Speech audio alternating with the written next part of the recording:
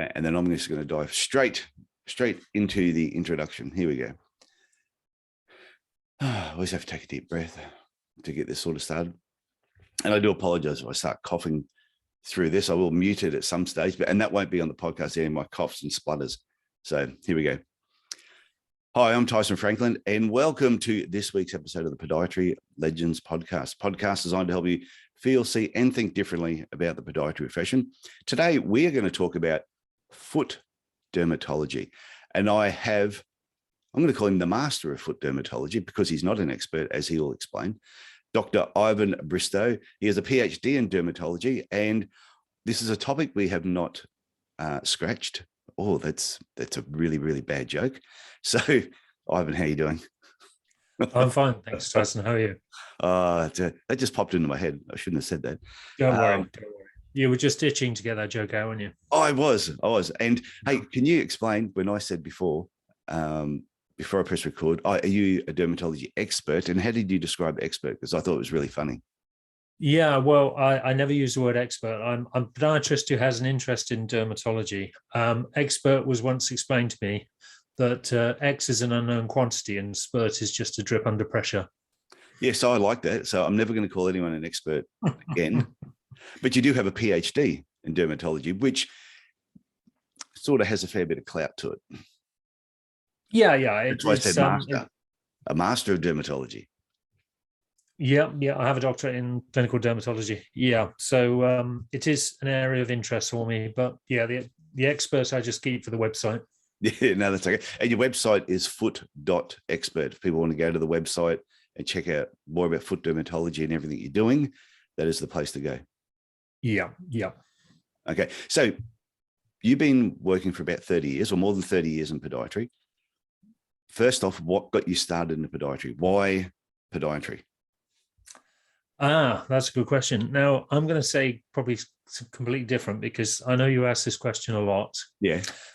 And I'll tell you something which I don't tell many people, but it was one of the most absurd reasons probably, because I started my career. I was trained to be an optician.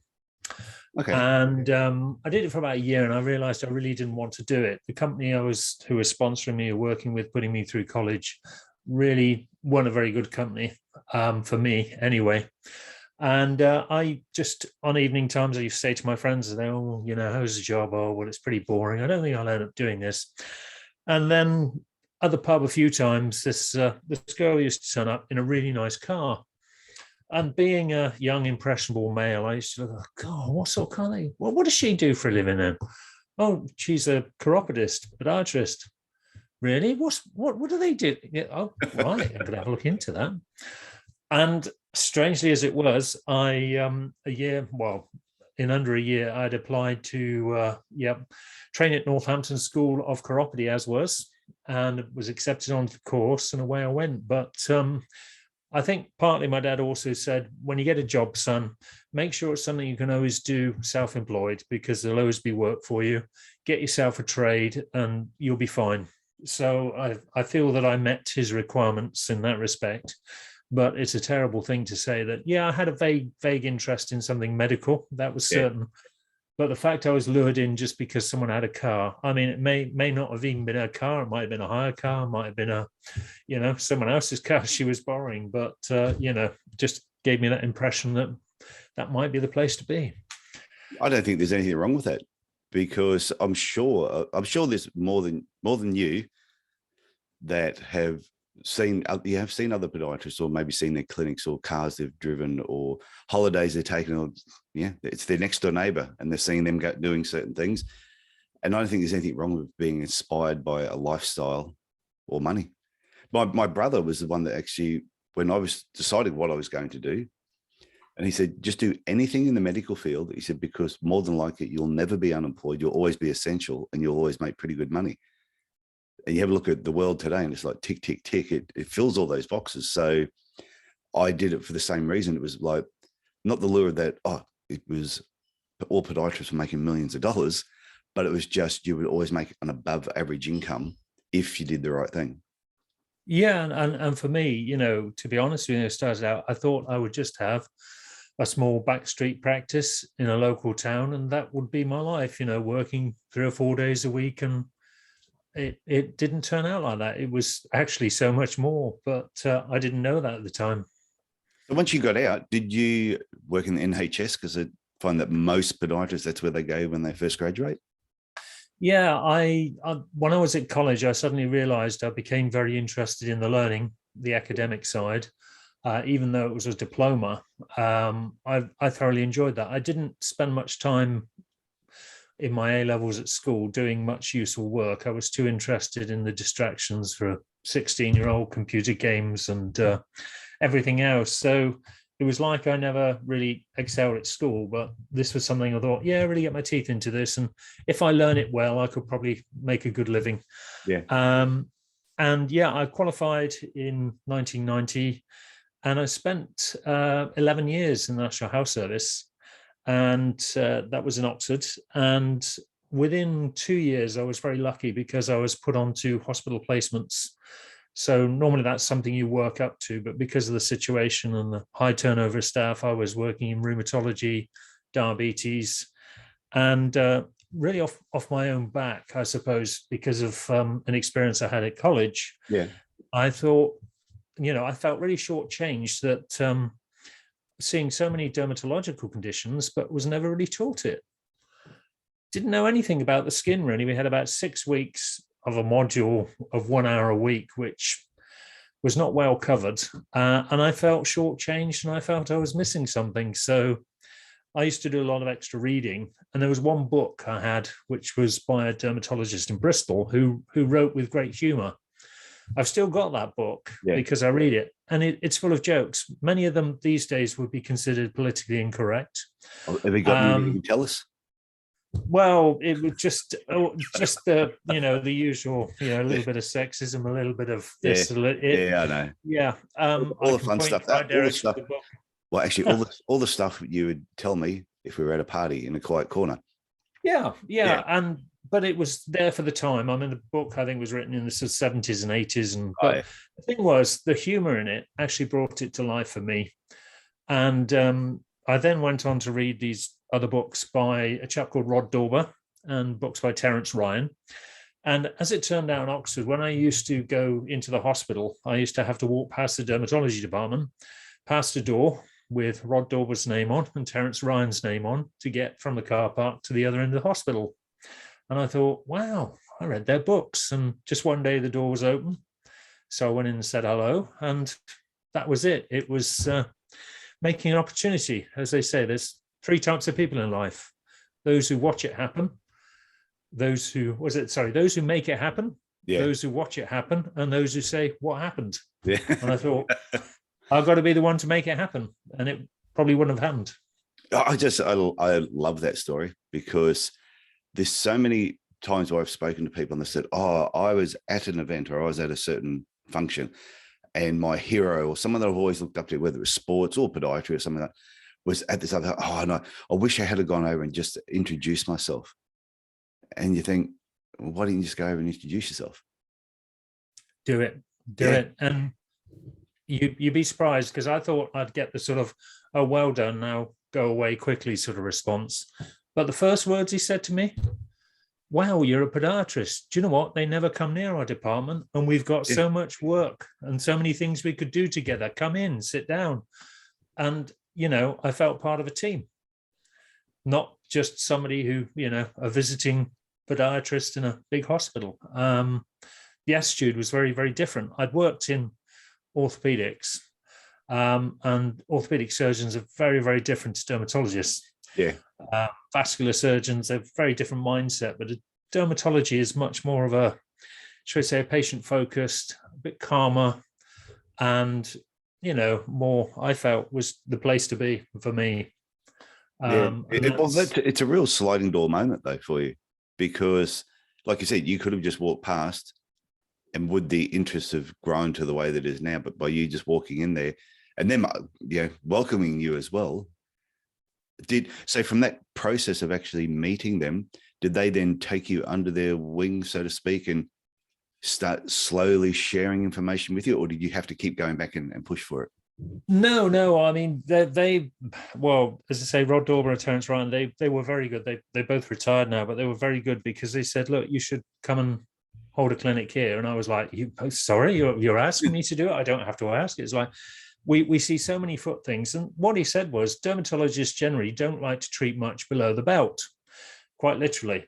And he said, you'd be surprised how many patients with psoriasis, eczema have got really problems with their feet, but most dermatologists can't be bothered to get their shoes and socks off. And so I went back to my manager and conveyed this story. And the manager's idea was, well, what do you want to do that for?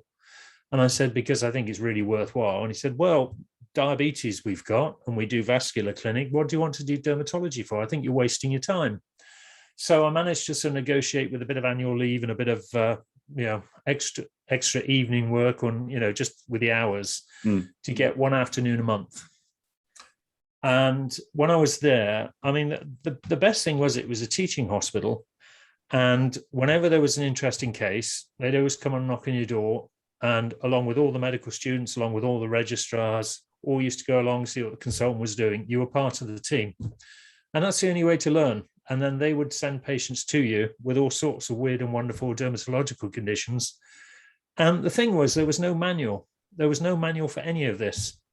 It was just a case of, right, what we're going to do for this patient, using my basic principles and take it from there. And it really took me a long time to sort of get comfortable, but it's probably the best way to learn, just working with them and using what they do and then putting my ideas and putting the two together. Yeah. So when you're saying, excuse me, when you were saying there was no manual, so there's no foot manual or foot or lower limb manual. So you're taking what they were doing as dermatologists and then reapplying it to the foot, and then sort of just, were you taking obviously you were taking notes to the side and, oh, I noticed this, and keeping all these notes separate without patient names, of course, and slowly compiling all this information? Yeah, and because I was a visual learner, that's probably why I like dermatology, because you see something once in dermatology, you remember, you see it again and again, it just reinforces. But they'd use certain techniques, for example, wet wrapping. Now, wet wrapping is something that's used in eczema, and it reduces itch and inflammation. But basically, you put wet bandages around a limb on a child, for example, and it calms the skin. It with a little bit of moisturizer, and it really helps to reduce the itch. Now on the foot, so I thought, well, what if I did it with socks? I put one pair of damp socks on the feet, but you plaster them in emollient, put the damp sock over the top and a couple of dry socks over the top of that, and they go to bed with that on. It works just as well. But it's just simple ideas like that, modifying what they were doing, adding a few podiatric principles, if you like, and really, that's how it took off. But by the time I did my 10, 11 years there, I was probably doing 1 or 2 days a week.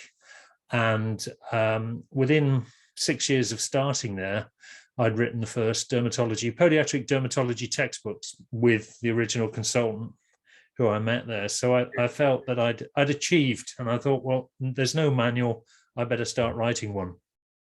So what took you down the path of wanting to do the PhD?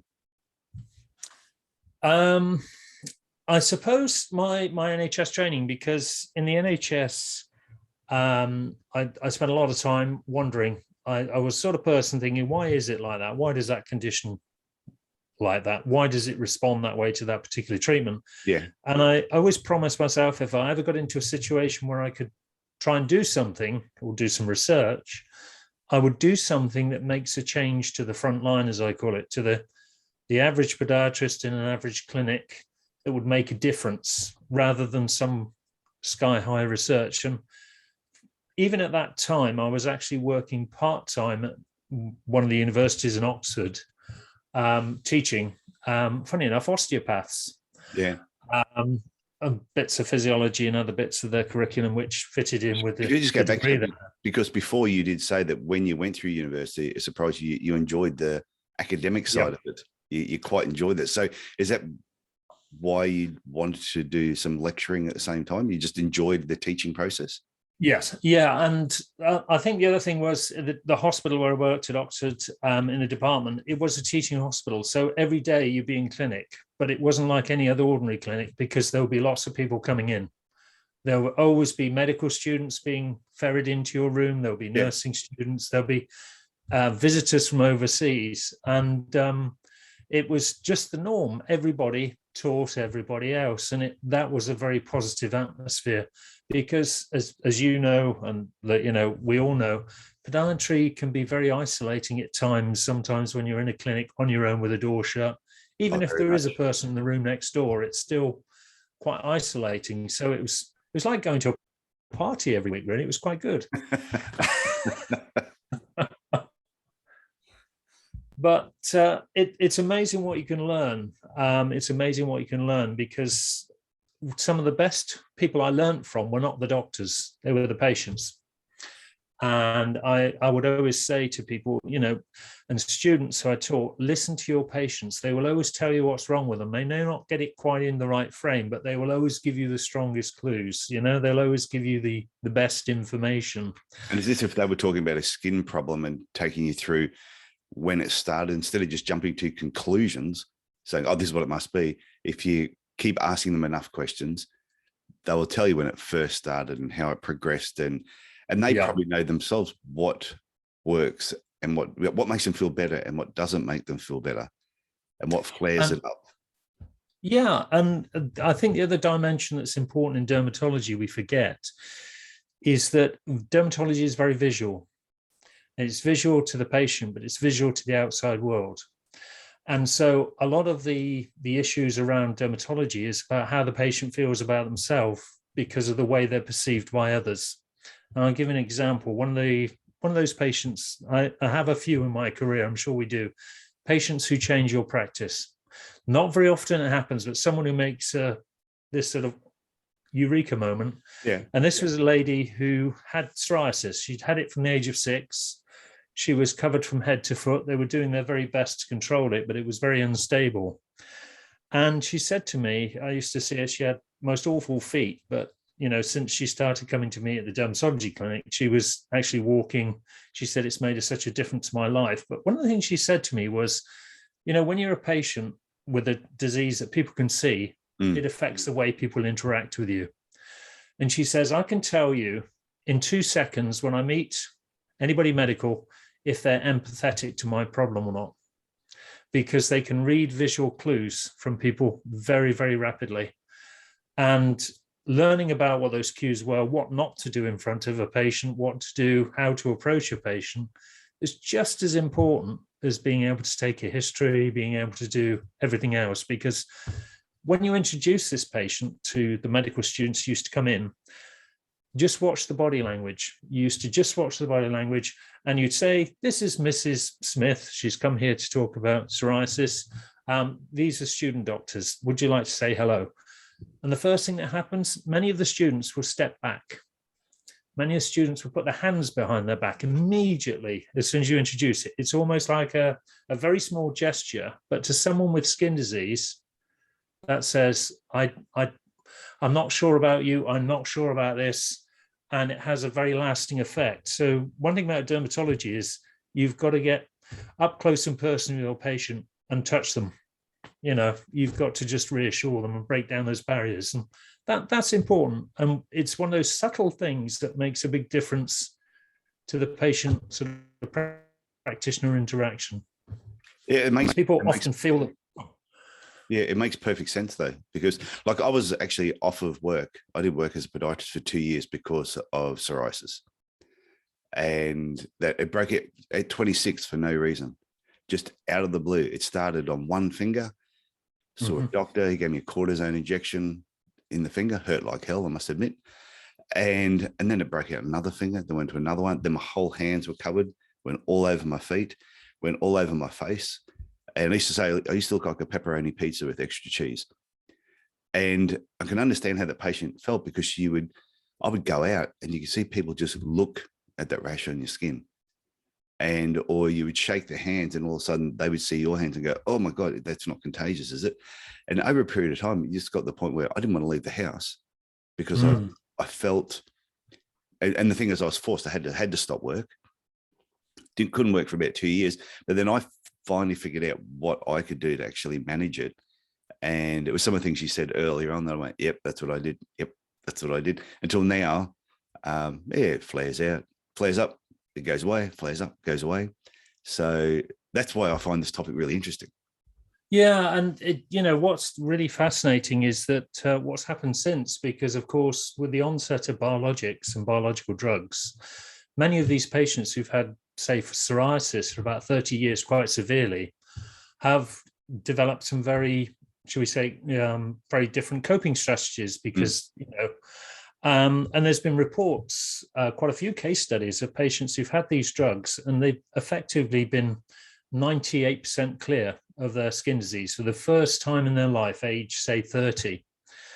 And they find it difficult to cope because, like you say, they have these coping strategies. There was this one patient who said she didn't like it because she couldn't handle the attention she was getting from the male species when she was, or people would sit next to her on a bus. She said, people never used to do that when I had psoriasis. It's all true. Those subtle things, but you don't even realize these dimensions. The flaky skin you leave behind everywhere you go. You sit at a table and there's just this pile of flaky skin there. You can see people just looking, going, oh, that is just disgusting. And you're going, I'm not doing it on purpose. Yeah. It is terrible. And that's why you'll always see that I always have hand cream next to me here on the desk. And usually, a lot of times, if people ever watch these videos, they'll see every now and then while I'm talking to somebody, they'll see me rubbing my hands together because I'm constantly, as long as I keep my hands moisturized, it's not going to flare up. And we talk for hours on the dimensions, but of skin disorders, but so much more than just, say, a pain in the heel. You've got something, as I say, people will make judgments about people with skin disorders, often quite wrongly. I remember this lady telling me, she said, when she went to the doctor before she saw me, she said, I've got really painful feet, doctor. Can you help? And the doctor said to her, this was back in the late 80s, mind you, the doctor said, please don't take your shoes and socks off. I don't want your squames on my new carpet. And you think, this is not helping. I mean, and she's been asked to leave public places. Now, she's been to a restaurant and she was asked to leave. Now, can you imagine in this day and age, if somebody went to, someone with psoriasis went to a restaurant and they were asked to leave because they were upsetting other diners? Just substitute the word skin disease for maybe gender or ethnicity or disability, and there will be uproar. There will be uproar. They're quite rightly, but still with skin disease, there is often a little bit of stigma there. And we need to break that down. We need to grapple with that and so you said one of the tips was when a patient presents and they've got a skin disorder is to put your hand on the patient, not necessarily on the spot where the skin rash is, but at least just move in and be closer to the patient and don't sort of go, oh, holy crap, and start moving away. It's more move in towards and make them feel comfortable that you're here to help. You're not scared. Yeah, and putting your hand on the patient just on their arm. The other thing is dermatologists will never go into a room with gloves or put gloves on, obviously, unless they're doing surgery, skin surgery. Yeah. But unlike other medical professions, the worst thing you do is stand there and sort of pull your gloves on before you go near the patient, because that just reinforces the negativity. But they'll always have their hands, very little, as I say, there's very little you can catch in a dermatology clinic apart from scabies, really. And I could tell you a good story about that. But yeah, one of my early experiences, the old medical jokes, was being hauled out my podiatry room at the end of the corridor, and the nurse came along and said, the consultant says, you need to come and see this. Have you seen scabies before? And I said, no. Well, come and see this lady down the end here. So I go in there, and in the room, there's another one, the nurse and the consultant and the mother, and a baby, a little 6-month-old baby is there. And the nurse looks at me and says, I'm busy here, hold the child and just listen to what he's saying to the mother there. So there I am, telling this baby, standing in the corner, doing all the wrong things, keeping well away from the mother. And the first thing the consultant says is, Mrs. Jones, how long has your child been so itchy with scabies then? And I'm like, literally left holding the baby. And do you know what he said to me? He said, it'll be good for you to catch scabies. He said, it's part of your personal development. You've got to get scabies at least once or twice during your dermatological training. Okay, and you did? I was okay, but I didn't tell him that. I said, oh, yes, it was a very, I was quite fortunate, but that, these days it'd be considered abuse. In those days, it was all part of the learning. I know. So we're young podiatrists now. Like I've used to employ a lot of new graduates, and I watched over time that, go back 20 something years ago, you employ somebody, and they were very similar to myself. Patient come in, and we never put gloves on right at the start until we put gloves on when we needed to put gloves on. So if the patient was just there, and we would have a hand on the foot while we were talking to them, and it was really up close and personal. But then I noticed as the years went on and the new podiatrists are coming out, it was like, as soon as a patient walked in the room, they were like, whoosh, whoosh, putting the gloves on. And I used to say, yeah, same thing. Why? I go, why do you do it? They go, oh, I don't want to catch anything. We go, you're just talking to them. And they were so paranoid that it was just like this new process that you must put gloves on straight away. Now, I know things may be a little bit different now, COVID and all that, because we've got to take extra care. This is pre-COVID. Yeah. And the other thing that you lose with a glove is the tactile ability. And when you're feeling skin lesions, it's important to be able to feel the skin, to feel exactly where it may be, whether it's in the epidermis, dermis, or deeper.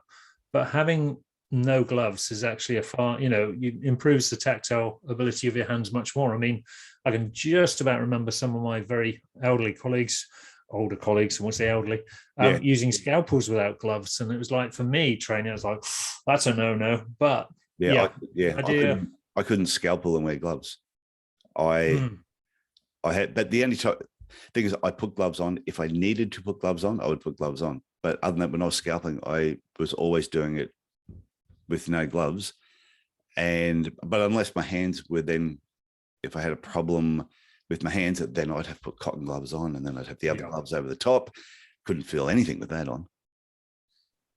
Yeah, and it's interesting, isn't it? I mean, how much have you actually said to people about psoriasis? Is that the first time you've ever mentioned it, or is it just because I'm here, or is it something that? No, I have mentioned it over a few podcasts. I have mentioned that I had a skin problem, or I had a bit of time off of work, but my hands got that bad. I had splits from the tips of my fingers right through right across the palm down my wrists. My feet were just ripped apart. I couldn't walk. Well, if I did, I'd leave bloody footprints because it would keep splitting open all the time. And what's funny is my feet were bad for about 3 years, and then I've never had a problem with them since, with the dermatitis or with the psoriasis. But my hands, it's been almost 30 years now. Where and the part that bugs me more than anything, and I can imagine patients with this as well, is I never know from 1 week to the next if it's going to be good or bad. So, and if I'm going somewhere, if I go somewhere for 3 days and all of a sudden I go, shit, forgot my hand cream, I get in a bit of panic because I'm like, am I going to be okay for this 3 days, or is there going to be a problem? So I'm rushing around trying to find a chemist just to find something that I can use just in case. And then that'll stay in my travel bag. And studies have shown, and studies investigating patients' quality of lives have been very, very late into the field. But you've identified one of the number one issues for patients with long-term skin conditions, particularly psoriasis and eczema. It's the unpredictability, which is their biggest problem. They'd rather know, I'd rather know it's going to be there all the time than having to guess, like you say, whether am I going to need to take my steroids? Am I going to be able to take my clothes off on holiday and lie on the beach? And it's all small things you don't consider until you're in that situation yourself, I think. Yeah, at the moment on TV, there's Australian Survivor is on. So they're about the only reality show that I enjoy watching, Survivor, because I love the way how people interact poorly with each other. And and I said to my wife, I'd love to go on Survivor, but I wonder if they'd let me take hand cream. Because I said that'd be the one thing, other than maybe my physical capabilities may not be able to keep up either. But other than that, I said, if I couldn't take hand cream, I couldn't do it. I said, because I'd be so paranoid if it broke out and I was there and I didn't have it. I said, it's like running your fingernails down a blackboard. just 24 hours a day, 7 days a week. Well, I have to say that Australia's taken the lead on sort of trying to break the stigma of skin disease and psoriasis, because, and forgive me, I can't remember her name. There was one of the Miss Australias had psoriasis. Okay. Or one of the the finalists, and she was walking around Sydney and all the beach areas in a bikini when she had psoriasis head to foot, just to show people, to break down those barriers, and talking to people about what it was like to have psoriasis.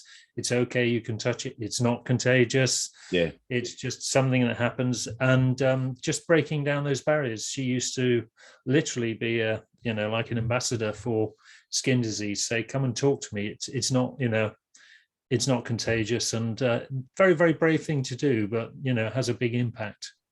Well, it's one of those things that I remember. We were going to a wedding, and it was all dressed up. I said to my wife, I said, I really don't feel like going. She said, why? I said, I got the rashes on my face a bit. She goes, look, you can't tell. It just looks like you've been out in the sun a bit too much. You're a bit sunburnt. I went, I know you're lying to me. She goes, I'm not lying to you. We rock up. I walk in. First person sees me, goes, holy F, what's that all over your face? And my mental state right at that point, I just want to leave. And the only reason we stayed, it was a sister's wedding, so I had to stay. It was. And the strange thing is for you, I suspect, is that person just made it as a throwaway comment and forgot it in about 2 seconds, and yet you remember it to this day. I remember that's exactly what it had on you. I know, yeah, exactly where I was standing, what I was wearing, and very rarely do I ever remember that. So it's amazing the impact it can actually have on people, and then also having our patients, which is what we need to understand, especially if it's been long term. What about patients who have only just recently had a skin condition? Is there something podiatrists can do to reassure them or give them confidence? I think sometimes it's about information, and just as I say, the approach to the patient makes all the difference. And for a lot of patients, when they've just had their first bout of psoriasis and they've covered head to foot, that's the time they start to worry. It's a problem for about 2 weeks, 3 weeks. They have all this psoriasis, and then they start having the thoughts of, is this going to go away? Is this going to get better? And like you say, they start to see the side effects of the skin shedding and all the rest of it. And that's the time they need most support. And one of the things I learned most from was talking and spending time with dermatology specialist nurses who spend a lot of time talking to patients. And in many departments, I don't know the same in Australia, we have a lot of psychological support for patients, but often just talking to healthcare professionals who are aware of the condition can make a big difference, big difference, and helping to educate the family around them. Yeah. So not just bringing the patient in, but bringing in the patient's partner, their family, and everybody, and having a chat about it, rather like any other type of condition, such as cancer or whatever. It's just about involving the whole family and explaining and educating. Podiatrists, I think what I find is that patients so often don't want to ask the dermatologist. They're too busy, they're too rushed, but they'll come and ask me because I'm with them maybe for 30 minutes and they feel more comfortable. They've known me, they see me more than they do their dermatologist. So in many respects, part of my job is just telling them about the condition and what they should do, what they need to know, when they should ask for help, and what they can do. And that's it. People think dermatology is all about the diagnosis, but a lot of it is about approaching the patient and just talking to them and helping them to manage the outward effects, as well as the symptoms from time to time. But usually it's about, how do I stop this getting worse, and reassuring them about the condition. They're worried about what other people think, or is this really bad? Is this the worst you've ever seen? I feel really bad about this. And there is a lot of psychological aspects to it as well, which is interesting, which just adds to the whole sort of consultation, if you like. Yeah. So if people are more interested in this area of podiatry, and you've got the website foot.expert, the website, and it's a foot dermatology blog, people should get on there, start reading it. But you're running courses and stuff like that for people to learn more about this? Yeah, I sort of started off really not as a blog. I published a lot. I've published over 100 papers in professional journals, in quite a few academic journals over the years, because, as I say, I like to make a difference. So everything I've learned, I've tried to put in papers for colleagues in podiatry so they can read about and learn about it. But of course, what do you do when your professional journal comes in? You probably just very rarely take the polythene wrapper off, or if you do, you take it off, you put it on the side and leave it. Yeah. And then you'll come across condition and someone will tell you, oh, it's in the back issue of that, And then what I did was I put all my publications, as many as I could, up on the website. So when people said palmoplantar pustulosis, I've got a patient coming in with that, what can I do about it? Then I can point them to it. But then I thought, well, why not, with my brain book, as you call it, Tyson, I make notes. Why not write a few blogs on some of these topics? And that's what I started doing. I started doing a little bit in 2016. Yeah.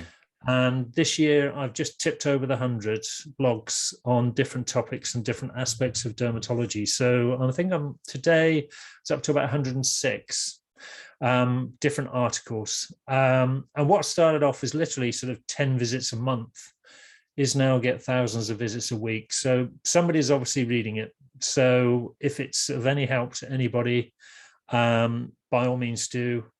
The key thing, I think, is just to get people more interested in dermatology and say it's not a specialist subject just for the dermatologist.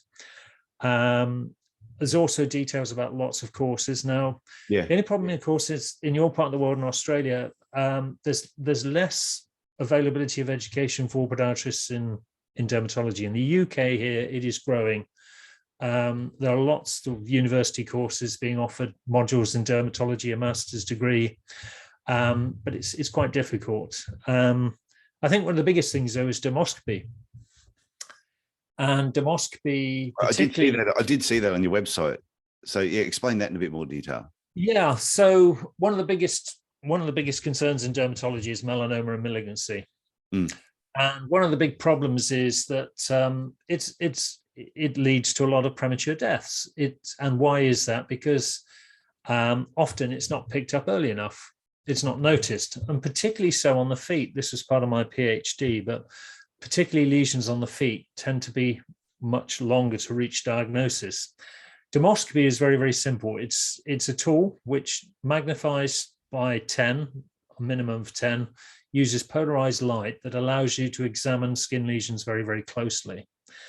But this has been developed since about 1994, and it's a technique you can learn in about 4 or 5 hours, and it will increase your ability to recognize lesions that need referring, with a very little tuition, about 4 or 5 hours. And as we speak here, I'm just putting this paper here. There's this journal. Have you heard of it? The Australasian Journal of Dermatology? No, I'm joking. The Australasian Journal. I've got a whole bookshelf full of them. Australasian Journal of Dermatology. This month, there is an article, and the title is Dermoscopy Training Course Improves Podiatrists' Accuracy in Diagnosing Lesions Suggestive of Acrolentiginous Melanoma. So there's your evidence. As with every other medical group who do dermoscopy, if you do this course, it will increase your ability to recognize suspicious lesions earlier. And ultimately, you're doing that as an online course, aren't you?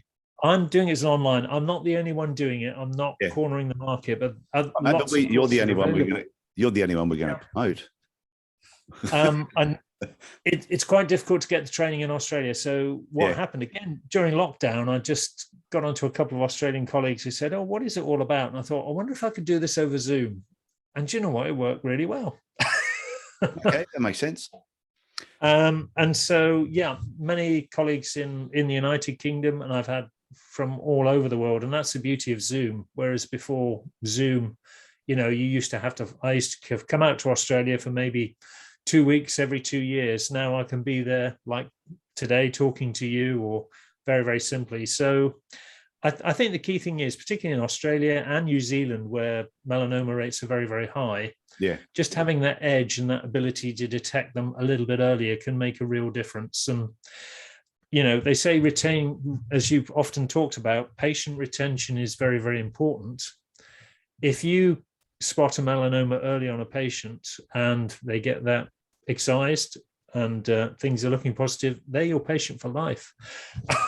Our closest friends in Cairns, their son, when he was about 16, had a melanoma on his toe. So I'm going to get it checked out. Got it checked out. Was a melanoma. Got it treated. Now he's doing medicine now.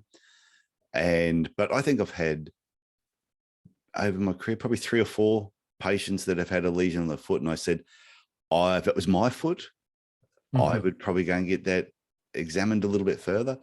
And all 3 or 4 of them, it was a melanoma. And it's one of those things that you could have just gone, I'm not even going to worry about. It's nothing to worry about. But I'd say if it was me, I would get it checked. Yeah, and that's another reason I ended up in dermatology, because as a second-year student, I remember being in a biomechanics clinic. Yeah. And I was asked to say, has this patient got forefoot valgus or a forefoot varus? That was the clinical tutor asking me to do all this. And as I picked her legs up, I felt something on the back of her leg. And it was a little mole with a very red halo. I didn't like the look of it, but tutor came back and said, well, what is it, Bristow, varus or valgus? It's like, well, I'm not really sure, but what do you think about this? And it was like, what? Well, it's a spot. No, come on, varus or valgus, And I said, at the end of the session, I said, do you mind if I write to the patient's GP? I don't like the look of that. Well, if you want to, that's fine. I'll sign it for you. Turned out to be a melanoma. And I thought to myself, well, if that's a qualified podiatrist who's going to miss it, there must be many more from many different disciplines are being missed. And that's really sparked my interest. And because that was one of the questions I was going to ask you was, how many melanomas have you diagnosed over your career? Well, it's a little bit unfair because some of them that came to me in the hospital have been diagnosed already. So yes, I've seen a lot more than most. I think the best casing point is to say I'm in private practice 2 days a week, and I have been for the last 3 or 4 years. Okay, so if we take that as a sort of a normal scenario, so I have a mixed caseload. Some of them are dermatological. But I would say since I've started using dermoscopy, I will refer double the number of patients in a year that I would have done without dermoscopy, or maybe slightly more. But in the last year, I've had 3. I'm getting about 3 or 4 a year, and that's only 2 days a week. And the point is, though, you're in the UK. I'm in the UK. You're in Australia, and it's the same thing. It's about if you don't go looking for them, you'll never find them. It's only when they're blatantly obvious you're going to see them. But the ones you can pick up with a dermatoscope may be only 3 millimeters across, which would just literally pass you by. The other thing I would dermatoscope, that is the thing that the doctors are actually looking through. It's a small black. Let me just get my dermatoscope for you. Yeah, go and grab one. I can edit this part out of the audio, but it'd be awesome for the video. So if you're listening to the audio and you go, oh, what does this look like? One, it'll be on your website. Yes, that. Yep. And literally, it's like Sherlock Holmes. Now, that's interesting, Sherlock Holmes, because Arthur Conan Doyle, guess what?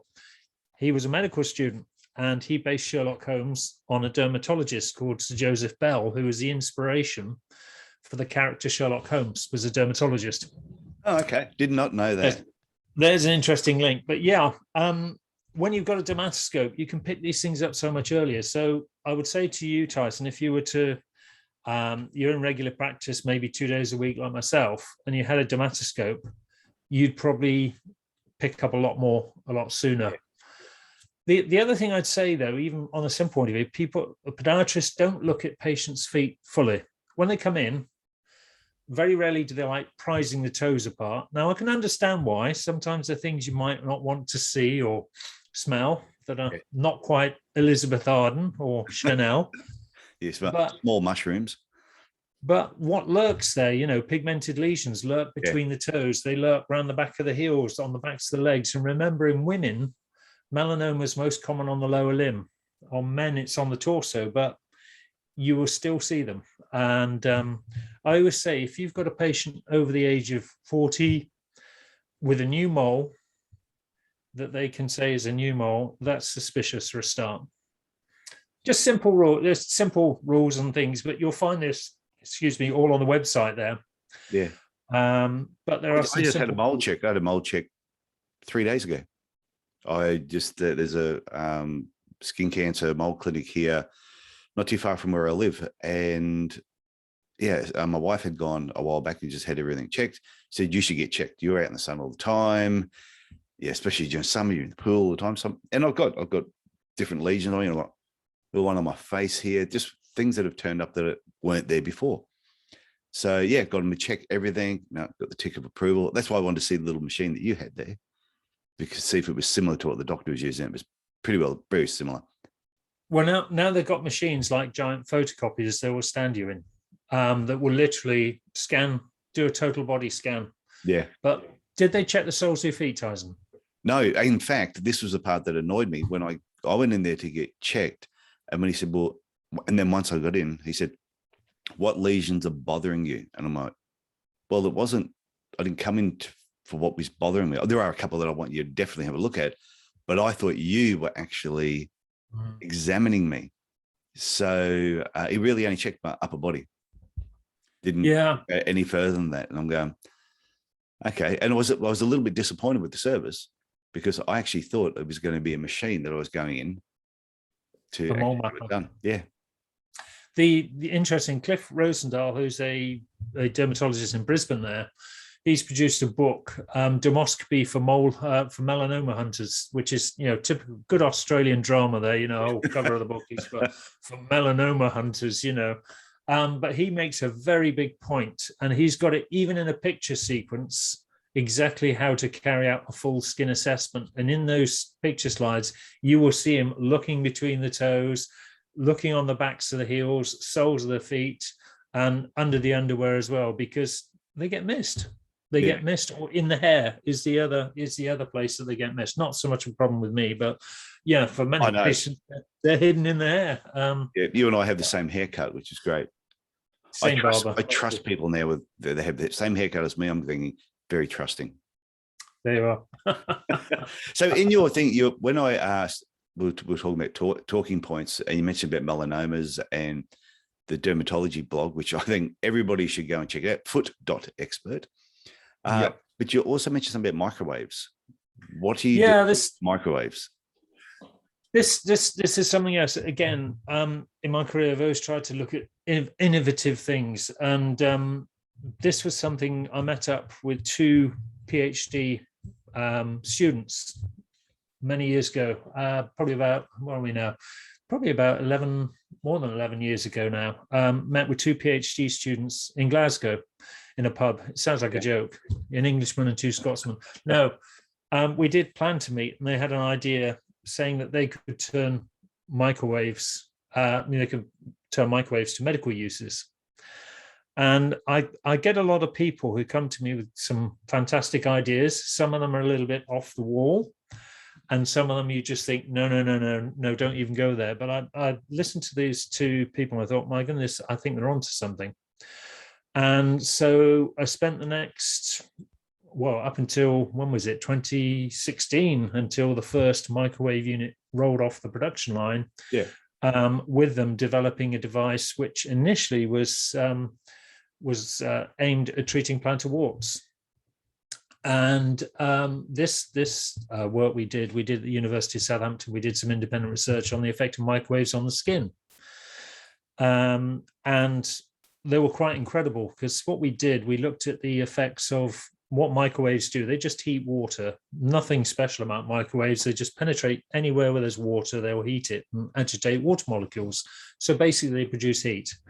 But when you heat skin with very, very low levels of microwaves, it has this incredible effect on the immune system. And this is what we measured in the lab. We could see that suddenly the immune system will wake up. All the Langerhans cells, which are your antigen presenting cells, suddenly wake up. They get very active. They start looking for things. But also when you heat a wart, it actually decloaks it. Because one of the problems of warts is, why do adults have them for so long? It's because we believe they're producing specific proteins that blind the immune system. But when you heat them up with a microwave to about 46 degrees and shock the cells that contain the virus, it actually stops the production of this. It's like the, I don't know, Star Trek cloaking device, if you like, you know, on the Klingon bird of prey. It removes that inhibition and suddenly it becomes visible to the immune system. And that was a piece of work we published in 2018. And we did the clinical trials with a microwave unit. And it's been very successful on many levels, but it's very, very exciting. For years, we've been freezing warts with some very bad outcomes in terms of cold injuries and blistering and ulcers. And also you've got the Swift machines that people have been using, Swift. Yep. And that's the iteration of the project that we were on, the Swift device. And that is now moving on further. You know, the work that's carrying on, that's finding many more uses now. And that will continue to be the case, that you know, there will be a time it will be a multi-tool device, but microwaves are so simple, but they travel in straight lines. They can travel through nail. They can, many properties about them make them a very good potential therapeutic option. They're used in cardiology, oncology. They've got multiple uses, and certainly in podiatry, I can see they certainly have a future, and things are developing at a pace. But the company behind it, Emblation, who are based in Scotland, have major investment to really take this forward. And it's something for the future of not just podiatry, much more broadly. Podiatry, yes, increase indications, but much broader than that. And something I've been, you know, very proud of, I suppose, is the work that I've done there.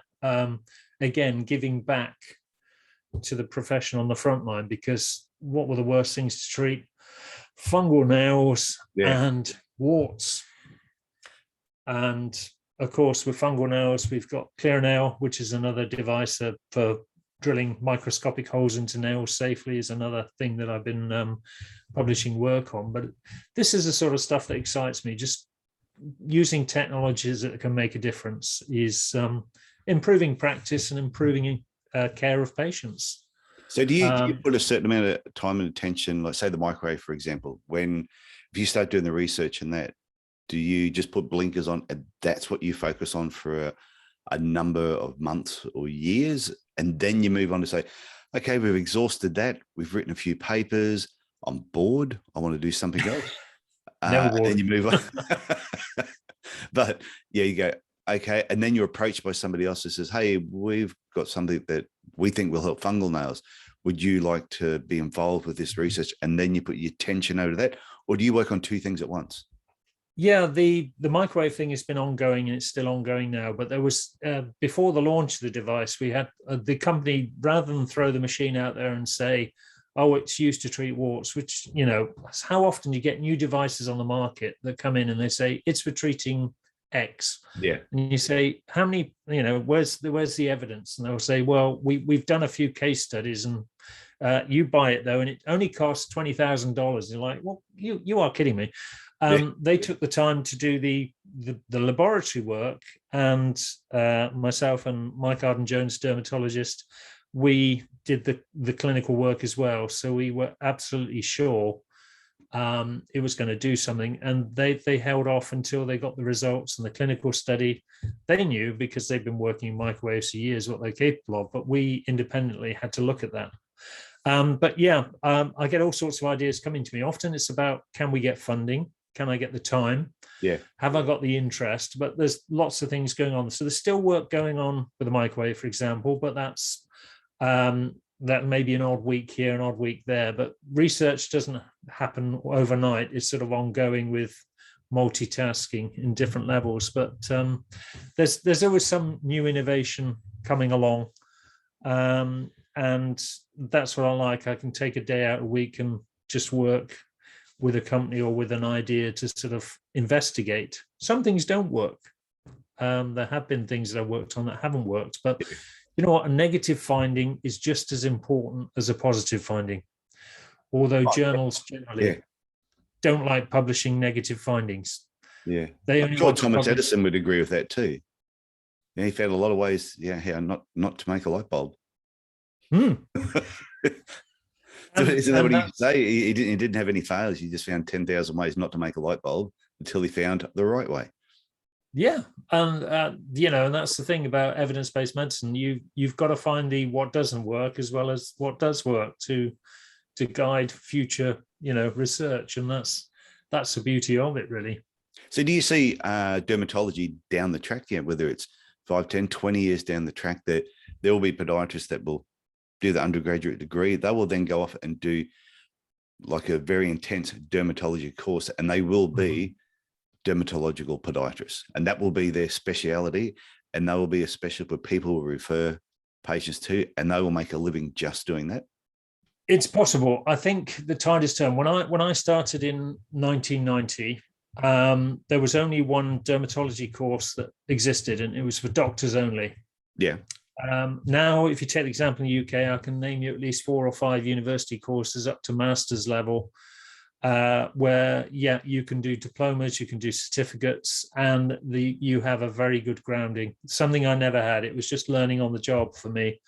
But I wish it was there then, but it wasn't. But it is there now. But it's like most things. It's about it takes a lot of time and effort to get where you want to go. It's like a bit like doing surgery. You do your undergraduates, but then I think people think, well, I can just do a very just spend a couple of years doing an MSc and then I'll have it. But you need the clinical experience as well as the academic. And the time commitments, the weekends that I used to give up to do odd bits and pieces and, go to these meetings and case conferences and all the rest of it, there is a lot of time, I think, invested in. On the face of it, it looks, oh, that's great, you've just read a book and off you go. It's not quite like that. It's a bit more in detail, but I hope more people will follow, and they will have probably a bit of a quicker route, but still, it's about getting there. And I'd like to see more people doing. The amount of people who enjoy dermatology, and let's be honest,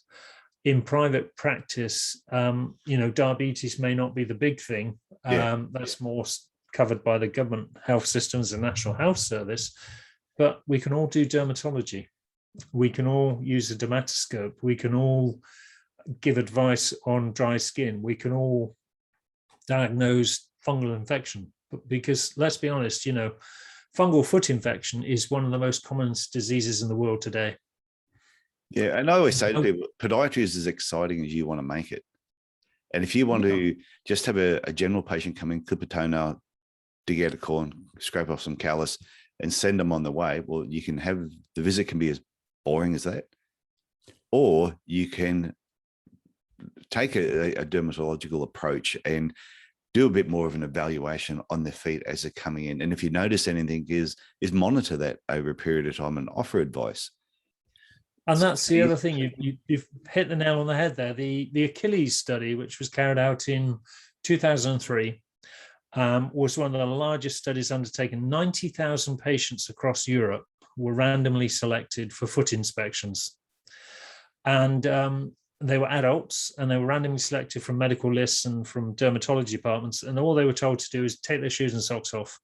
What that study found was that 59% of them had a diagnosable skin condition on their feet. That's nearly 2/3. That's a huge. Most of them didn't even know. Yeah. I say to myself, if you become a master of tinea pedis and onychomycosis, you'll be busy for life just with that one condition. You don't need to be expert in every aspect of dermatology. In fact, I could probably give you 9 conditions that if you knew them all in detail, you'd be pretty up there in the world of dermatology in feet. It's not a big ask. But how well do we manage tinea? We don't really, do we? We're not good. We see it all the time. I think, do we bother to mention it to the patient? Oh, I've said it 100 times today. But I sell gallons and gallons of antifungal cream. My colleagues think, why do you sell so much? Because 60% of the over 60s have got tinea. And you can give them advice, you can treat it, you can monitor it, you can get it better. It's a perfectly treatable and curable condition. Yeah. And there's so much work out there, but people just ignore that and go for the corns, the callus, and the everything else. But fungal infection can lead to cellulitis, particularly in a diabetic foot. web spaces should be clear of fungus, because that's a major, break point for lower limb infections. But yeah, there's a lot we can do. There's a lot we can do. And to me, that's the excitement of dermatology. And when you get a really rare condition, that's even better. Fascinating. So what you're saying, with every patient that comes in, every podiatrist should be, regardless of what they're coming in for, like you said, is checking between the webbing of the toes, is just as part of your overall evaluation, even if they're coming in for heel pain, is just visually looking at the foot. And if they do notice anything, is making sure they note it down, making sure they tell the patient. Like you said, when the lecturer said, is it forefoot varus or valgus? And you go, I don't know, but this is lesion on the back here, and that lesion would have killed her. And that's it. I mean, you can always find something. I mean, I used to go around the clinics when I used to teaching the students, and we had the big open clinics. You could always find a skin condition on virtually every patient. Yeah. And more often than not, knew nothing about it. And quite often it was very simple stuff: emollient, steroid, antifungal, or combination thereof. But suddenly, in private practice, you've made a sale. You've sold some antifungal agent, you sold some hypochlorous solution for the shoe, which is sporicidal. There's all that little bit of extras, and bring it in, and you can really make dermatology your business. It's there for the taking, but a lot of people just sort of not quite sure, but go out and grab it. Okay. So before we wrap up, if you were to give someone one point, a tip, one tip they've listened to this, or they bump into you, they're at a bus stop, and they bump into you and they go, oh, you're the master of dermatology, you're Ivan. What's one tip you would give them if they had an interest in this area? Well, I would say read, or go online, get as much information. The other places, I would say foot.expert, my website, but also look at DermNet NZ. There are 2 or 3 websites which are encyclopedias of free information on dermatology, all aspects of, and get interested, and get together in groups. The internet's wonderful. We can have lots of groups of people interested in dermatology and so on. It's all there. It's all out there. And do you know what? Dermatology affects 25% of the population at any one time. There is always lots of work out there. So go for the easy thing. Go for the skin. Yeah. You don't need to go any deeper than the skin to find, work to do, to be honest, and make the most of it. There's a lot of it out there. Yeah, I remember someone saying once about the best thing about dermatology is no one ever dies and no one's ever healed. I think maybe a little bit, but it's often you see often is if you have a skin disease, often you're alive for a long time. It's not generally life shortening, but do you know what? These patients have a voice and they have needs, and that's good, and that's good for business and good for the things that we can do for them. But you're quite right. You're quite right. Yeah, no, I think it was a dermatologist that actually told me that. And I'm just thinking, so I can never be cured. And they went, we can manage you. You said, you're one of those patients we will just manage over your lifetime. You went, fantastic. So Ivan, I want to thank you for coming on the Podiatry Legends podcast, sharing your knowledge on foot dermatology. I want to remind people to go to foot.expert. That's your website. Check out all the blog articles. Have a look at any of the upcoming courses that are coming up that are going to be online. And thank you very much. And thank you, Tyson. Thank you for the opportunity to come and speak to you today. Oh, actually, one thing I wanted to point out before we finished, sorry, there was a premature ending, so is how you ended up on this show, which I think is really interesting, is you listened to my podcast. Oh, no, it was the video that I shot, I think, was about having a brain book. Yes. So, and then you sent me an email and said, I really enjoyed that video about having a brain book. I'm going to start a brain book and writing things down, which I always say that I always have my brain book with me, and here it is right now. And you sent me an email saying I really enjoyed that. And then I'm thinking, oh, who is this Ivan guy? So when I went and checked you out, then I saw that you were the all about dermatology, and I went, I have to get you on the show now. Meant to be. Yeah, well, I'd share your view. I mean, I've just to the left of me here, there are 5 years worth of books, and I'm the same. I'll go to a conference, and do you know, whenever you see any speaker speak, you can always pick up one nugget of information. Always. And you know, even if it's how not to do something. How not to speak. Like generally it's the good things, but also the information. And I write it down and I can always go back to those books. As you say, something will click, oh, that condition, you go back to it. But I'd agree with you. Not even a laptop, take a little notebook and keep them there because you'll always go back to them. Yeah, no, I just thought I'd mention that because I thought it was right at the beginning here. You talked about that sliding door moment when walking past the dermatology department. You'd read the person's book and then you went in there. It was the same as when you sent me the message saying, oh yeah, I have a brain book as well. And I'm like, finally, somebody else that's as crazy as me. Mm. And then when I checked you out, I thought, oh, I now have to get you on the podcast. So that was a sliding door moment. So I thought I'd bring that up. So never let an opportunity go past. That's my final tip. And I think exactly that. I'd say to people, you know, as I said at the start, there are 3 types of people in life: those who make it happen, those who watch it happen, and those who say what happened. So take that moment to knock on that door, to speak to that person, to follow that, you know, not follow, you get arrested for that, but you know what I mean. To take the opportunity, and you know what? You never know where it takes you. And just that knock on the door and going into that door has took my career off in a whole different direction to what I thought at the beginning. So you're absolutely right. Take that opportunity. That is fantastic. And now I will finally bid you farewell and thank you again for coming on the podcast. Thank you.